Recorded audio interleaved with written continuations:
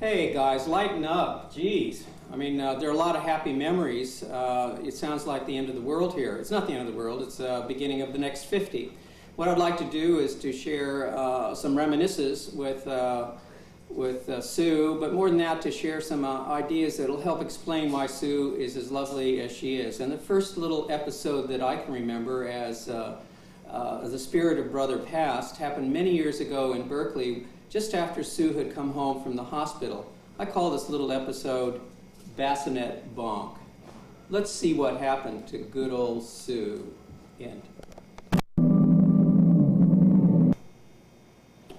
Oh, little Jimmy came in from playing in the street with Richie and Mike to see his new baby sister, who was sleeping in her bed.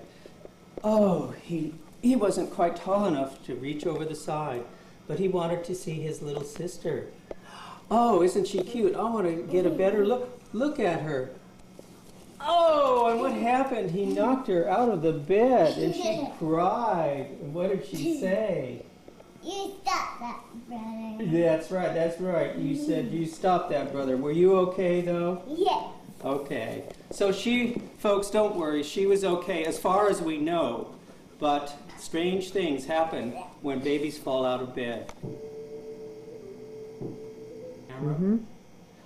Okay, folks, now I want to tell you about what happened one time. Sue is a very healthy little child most of her life, as far as I can tell, even though she bumped her head in the bassinet. But one time in Berkeley, there was something that was very difficult for her. And I call this episode Asleep in the Spaghetti. Sue and I and Mommy and Daddy went to a nice restaurant one time in Berkeley, and she had spaghetti to eat. And we didn't know it, but at that time she was not feeling well. She was coming down with chicken pox. And you know what happened?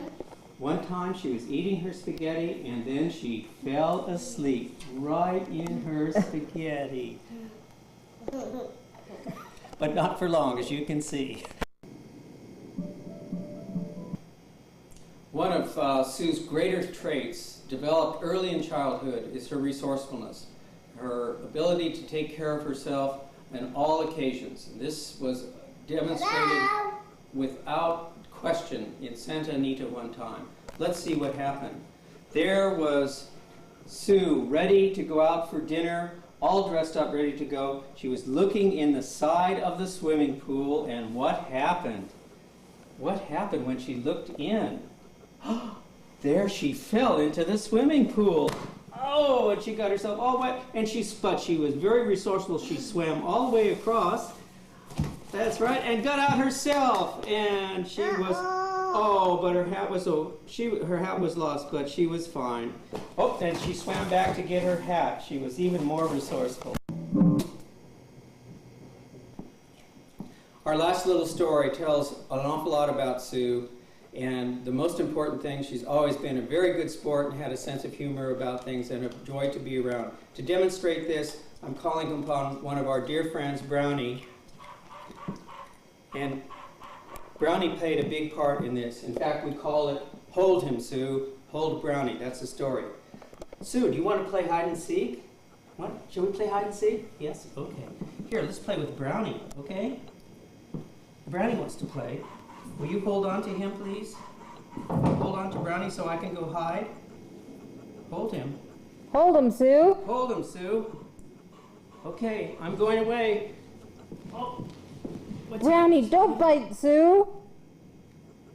Oh, Brownie. Oh, come and get me. Okay. Well, I hope this has introduced you to the early part of Sue's life and let you understand a little bit more about why she is the way she is. Resourceful, a good sport, healthy, courteous, and kind. So with that, we bid you adieu until the next 50 years. But before I go, I'd like to introduce the rest of our startling and sterling production cast here in Half Moon Bay, starring as Sue, Eileen Lauren Smith. Look at the camera, Eileen. Wave. And our steadfast camera woman, Karen Marie York. Say goodbye to us, folks. Happy Bye-bye. birthday, Sue.